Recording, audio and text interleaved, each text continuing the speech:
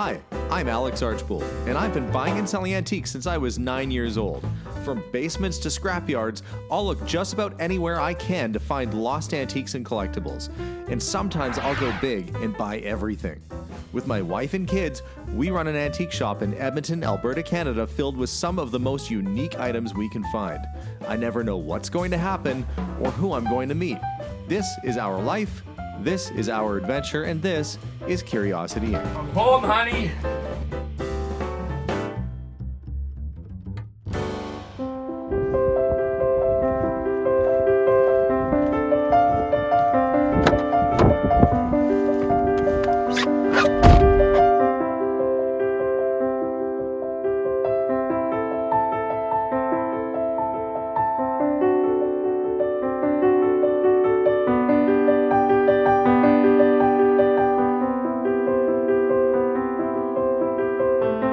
Welcome back to today's episode, everyone. It is a cold, icy cold day. It's minus 28 degrees Celsius, which is crazy. We had such a big swing. It dropped 24 degrees Celsius in the last day here. But that doesn't stop us from getting out and on the road to look for treasures. Today's a special day. I got a lead that there was somebody with some really interesting pieces for sale. We are going to go out, and when I say we, it's because the person holding the camera right now is my son Steven. He's with us, and we're doing a father-son road trip right now, and we're going to go out and try and find the coolest stuff we can get today. And my goal for 2021, which is when I'm filming this video, was to start off this year by finding the most interesting things I could for our shop, and that's going to start today.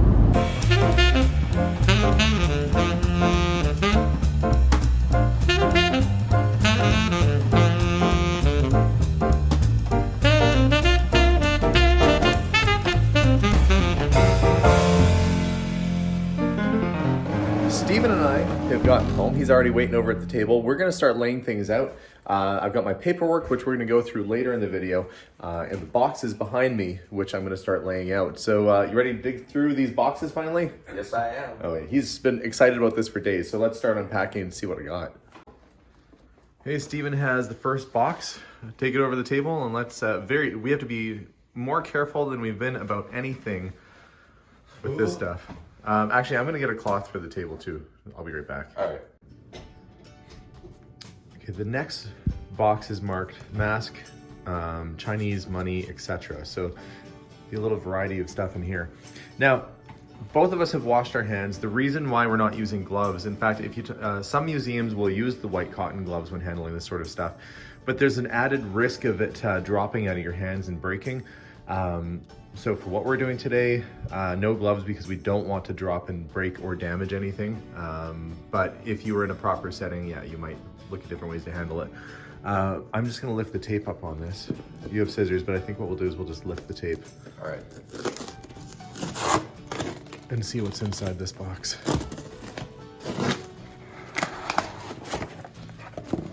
Okay. Oh, that is a big Asian, it looks like a massive Asian bronze coin. It looks like there's some paperwork in here. Okay, I'm gonna lay these out. These could be trade currency. Sometimes they're fertility tokens. We had one with a boy that was on top. Those are fertility token. Let's get this bag unpacked and see what's inside. Let's get these laid out. So far, a few really interesting pieces.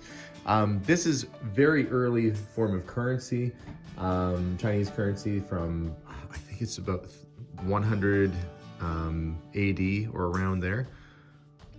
The obverse is blank with, and there's some China ware, early coins and tokens, including these gold colored ones too. I'll have to do a little bit of research on that. This is kind of neat. So it says, found in province of Manabi in Western Ecuador. This would be a sacrificial knife. So, you know, when you hear about human sacrifices and things, that is a sacrificial or possibly even like a surgical knife that they would have used at that time. And that has some serious age. That's from around 100 to 700 AD. And it's copper that was likely mined from around Peru. Really, really interesting piece to have come out of a collection. Here we have what looks like a knife, but it's actually currency.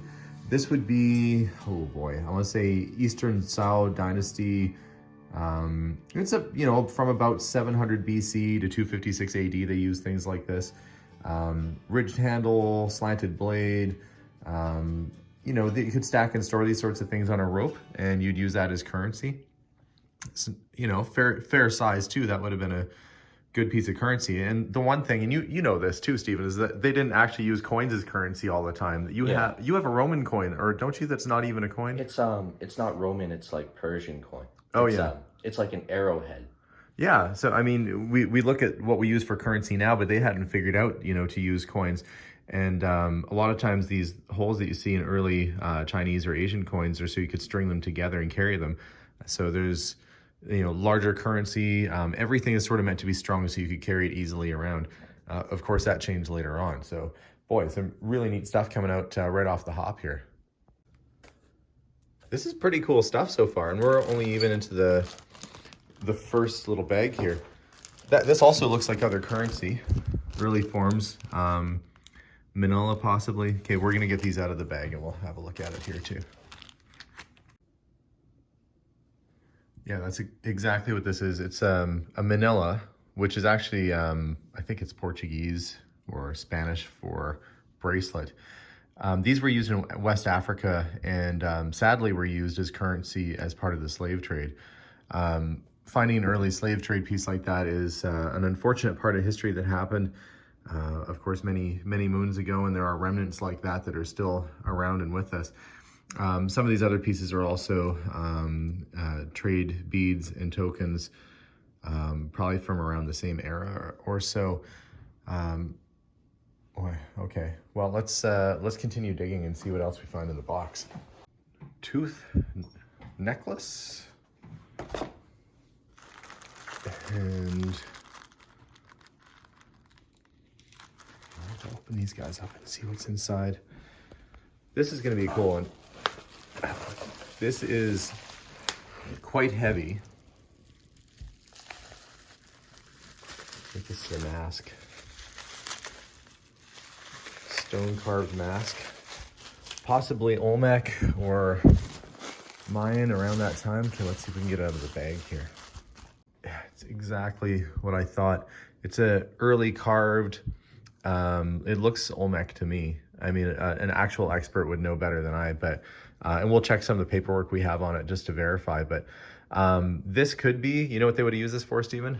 What would they use it for, Dad? Any guesses why you would carve a mask this size and it's about the size of an actual human head? Potentially a burial mask? Yeah, this might be a funerary mask. And what they would do is they'd place this on the body. Boy, Melissa's gonna be really happy that I put a sheet down on the table now. But they would put this on the body of the deceased with some, bits that were important to them, sometimes necklaces or ear hoops and things like that. Really, really nice condition. And you can see all the little carved marks on here.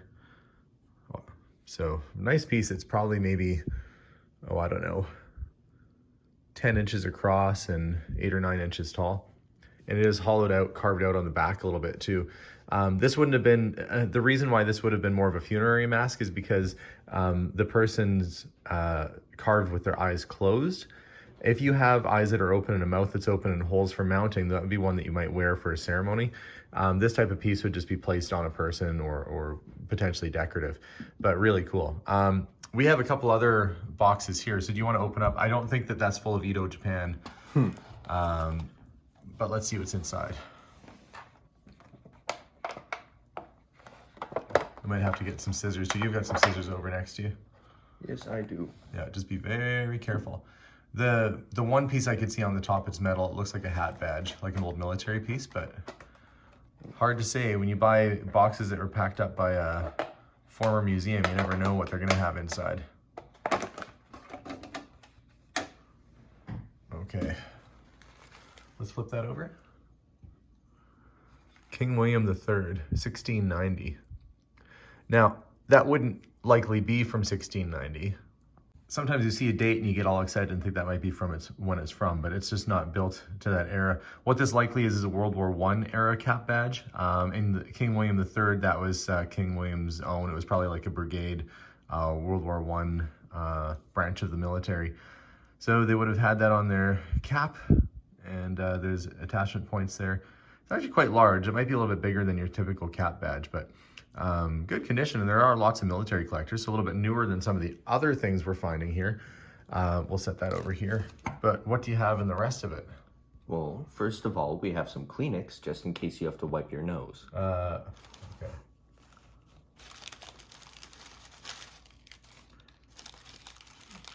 So that box was marked tooth necklace, correct? Well, I think they were right about that. Okay, let's bring it over.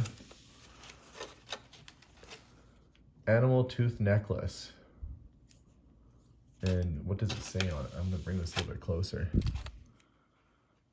Purchased from Honolulu, 1971.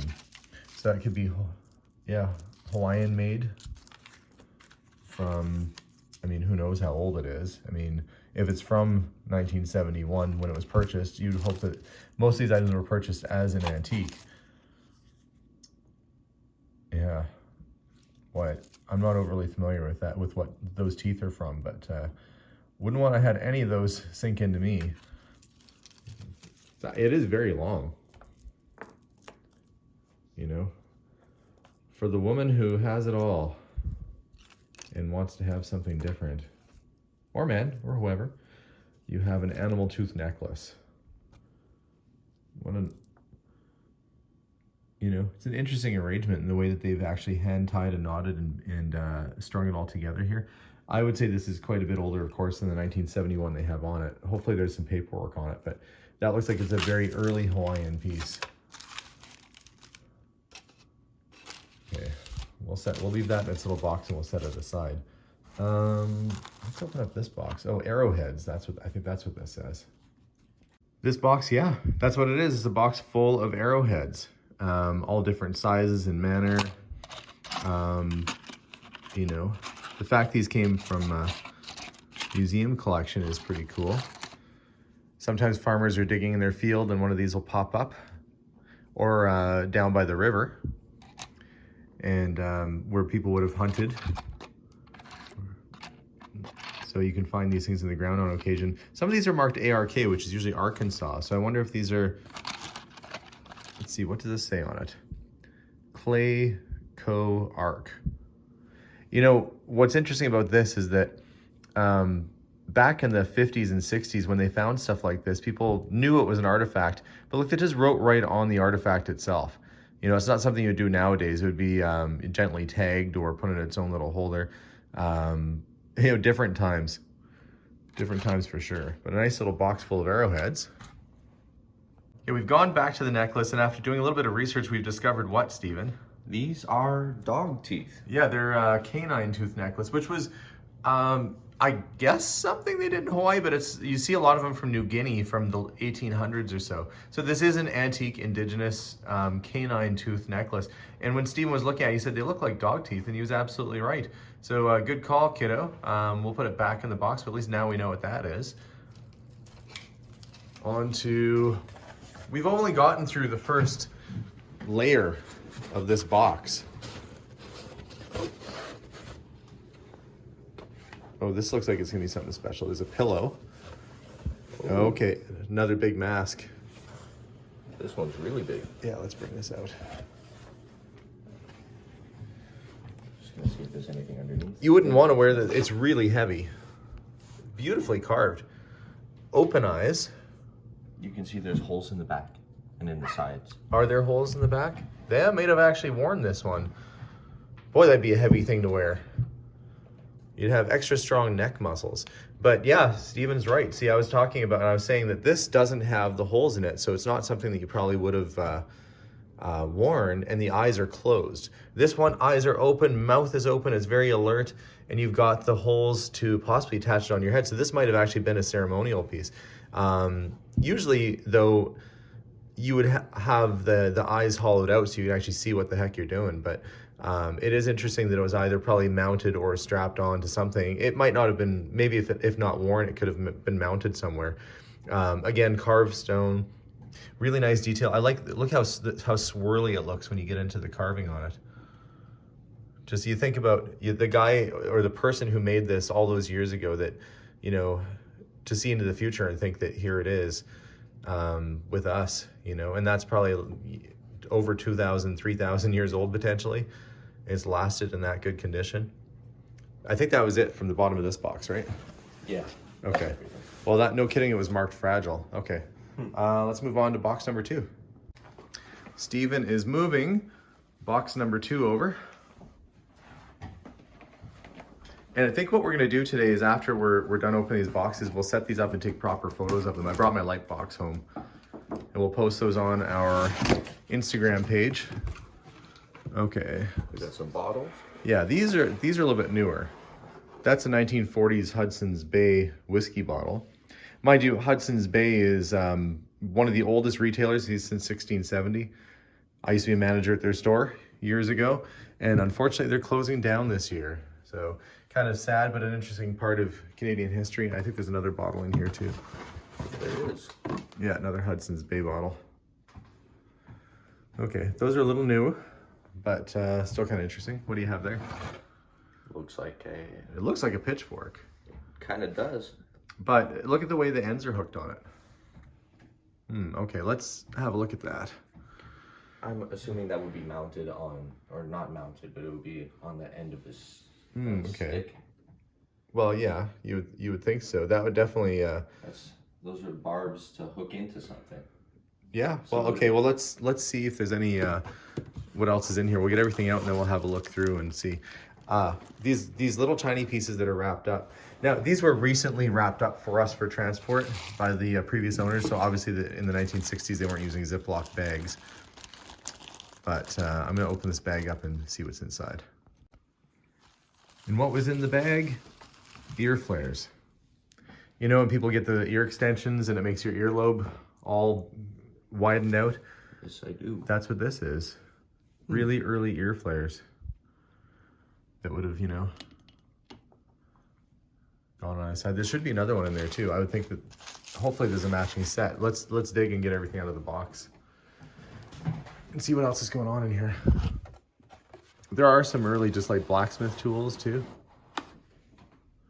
Pinchers and clips and things of that nature that are not super old, but. Well, Steven found a very handy tag attached because we found another one of these, what looks like a little spear. And what is it? It is a spear. It's a fishing spear. And does it have a year on it that they say it might be from? It says, nope, just says antique fishing spear. So found, where was it? Near Saskatchewan, Saskatoon. So, I mean, or it could be early fur trade era. This is early blacksmith piece, and you can see where they worked it. They both are. That's pretty cool. Let's have a look-see. This one is... this is probably a little newer. It's yeah, you painted. can see the weld. And It's hollowed, yeah. But so those would be early fishing spears. Neat. And we found a bag full of old weights for a scale. And what's in the box? More stuff. I'm going through all this stuff. Fortunately, my son Steven had some schoolwork he had to get to, so he's left for a little bit here. My wife Melissa is home, and she's kind of just witnessing me go through a whole bunch of stuff. I haven't even showed her what we've got yet, but let me show you guys what came in that last little box. I emptied it out. Other than the 2 masks that were in the other box, there was all these original necklaces. Some are made from coral, and at some point they were restrung, obviously, but they found the appropriate type of stones that would have been together. I'm sure it probably took some conservator or somebody quite a bit of time to put these back together. So yeah, decorative necklaces, hints of jade and other sorts of stone, coral, really easy to spot because it's all bumpy. Another little mask. He's got quite the beak on him. There's the nose and the mouth. And this was likely worn as a pendant, based on the fact it's got that little hole drilled in there. And you can see it's an early type of drill mark because it's conical, like it's cone shaped as it goes in. and they would have had like a sharpened stone and spun it to get that hole, and then they would have flipped it over and done the other side. And so it meets at sort of the middle, the smaller part of the stone. So really interesting to see how that was done. This is kind of cool. It says found near Cuzco, Peru. Hopefully I said that right. This is a throwing star. It's a stone throwing star. I wouldn't want to have that chucked at me. I mean, this was probably for hunting, but might have been something they used in battle as well. You grasp it in your hand, fits in there nice and smooth, so it'll come flying out of your hand in a big hurry. And yeah, that would knock out or incapacitate whoever you're after or whatever you're after. All sorts of cool stuff. The only thing I wasn't really sure about was this. It looks almost like a slightly more modern clay pipe almost, or part of a clay pipe. So I'll have to research that one to see what that is. But more ear extensions as well. We got, I think, a couple little matching sets. So some really neat things. I'm gonna keep digging. After doing a little bit more research online, I think I found the proper culture that the majority of those large masks are from. They seem to be a perfect match for the Teotihuacan masks that I see online at various museums for around 250 to 600 CE. And it is mottled green Guerrero jade. Don't know if I said that quite right, but it is a form of jade. I believe that mine are as well, but they're just not as polished as this. But the way the eyes are formed, pre-Columbian. And this says, naturalistic large eyes, aquiline nose and open mouth as if frozen in speech. This mask face displays the remarkable ability of Teotihuacan artists to fashion stone using techniques developed and refined over centuries. Created from mottled green Guerrero jade. Boy, if I said that wrong, I apologize.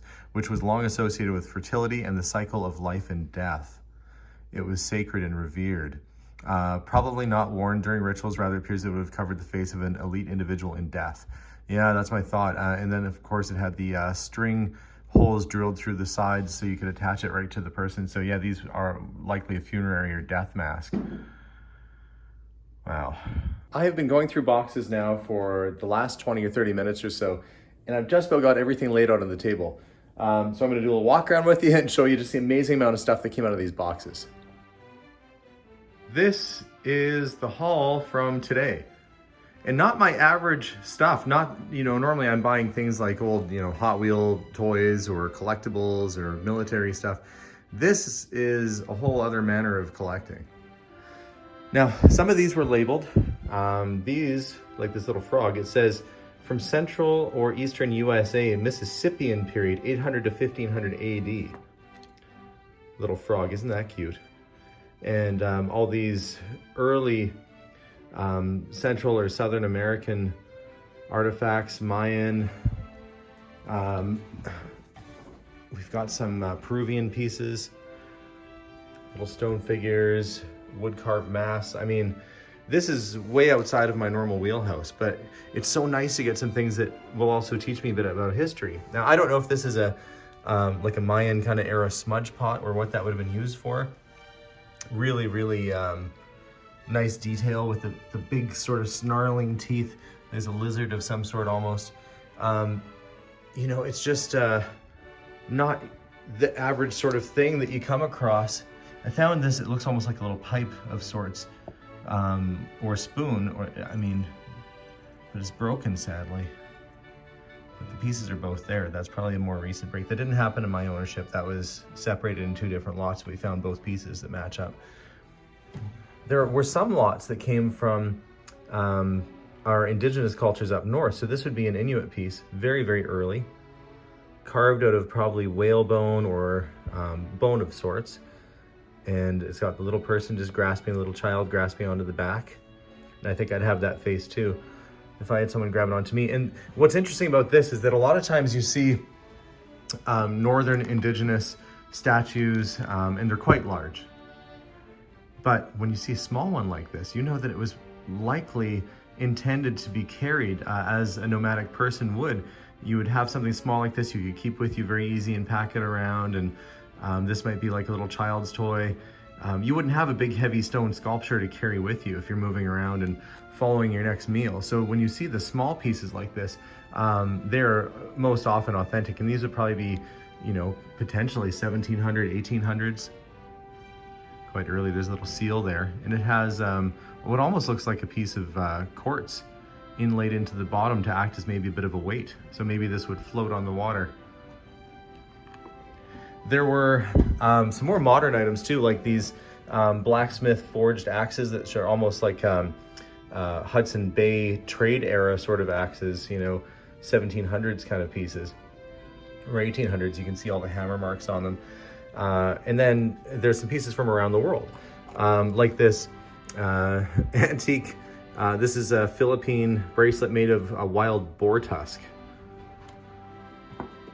So as we go through, there's just things from all around the world, and, you know, Mayan stamps and seals.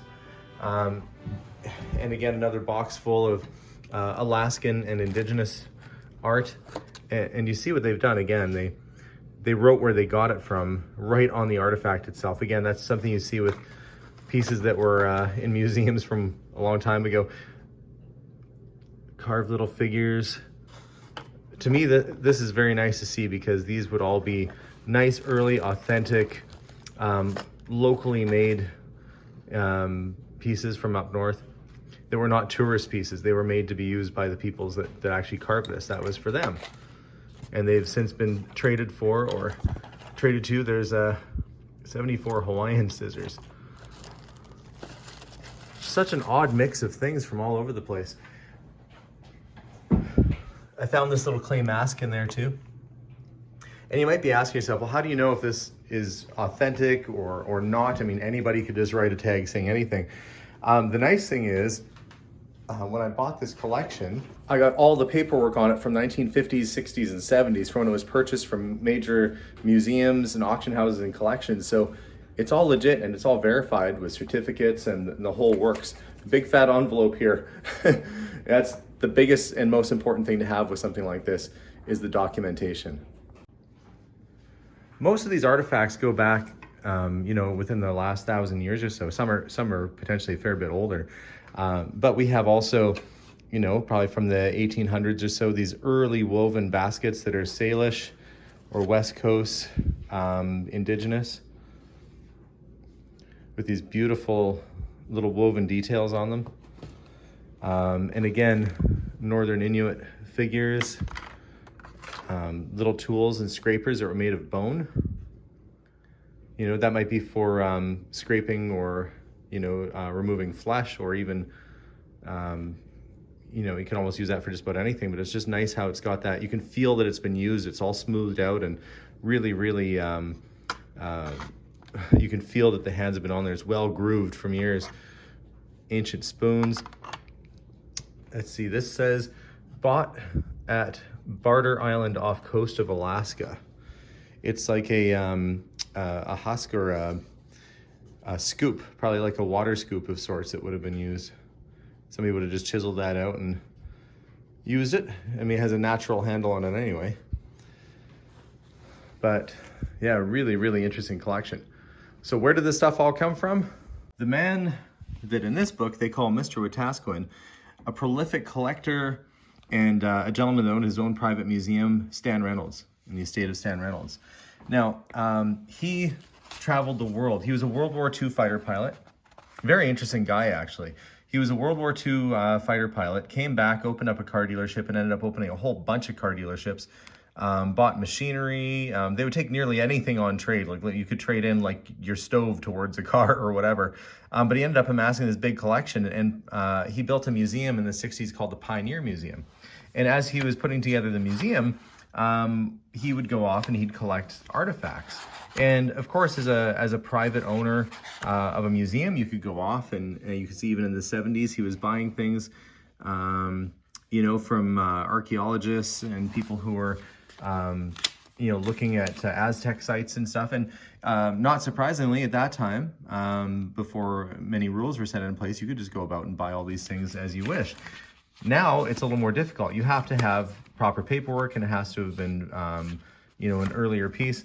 But this is all stuff that came from the Pioneer Museum that is now been converted and turned into an automotive museum and owned by the government. But all this was a private collection and all purchased over the many years in the 1950s and 60s. And I was looking at some of the prices, like in the 1950s, I was looking at one of the receipts there. They're paying like $1,500 for items, you know, 50, 60 years ago.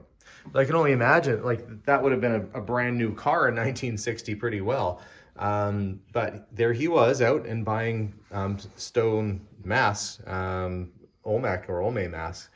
It's just astounding the amount of stuff that's put together. And what's even more astounding is that I was able to acquire this privately. And now we have this wonderful collection of artifacts that we'll try and find a very good home for. And so people can view and look and take in all of its glory once more. But super cool collection. I mean, cool isn't the right word for it. I don't want to overuse that. It's just surreal to have a chance and opportunity to own all this history. Thanks for watching today's episode, guys. It was nice to spend time with my son and go out on this adventure and find this stuff. We will be trying to do some research and figure out more about it in days to come. If you're curious to see what we found and how it photographed, we're gonna be putting pictures of it up on our Instagram page at Curiosity Inc. YEG, or our Facebook page under Curiosity Inc. as well. We'll try and do some nice photos so you can see what this really looks like.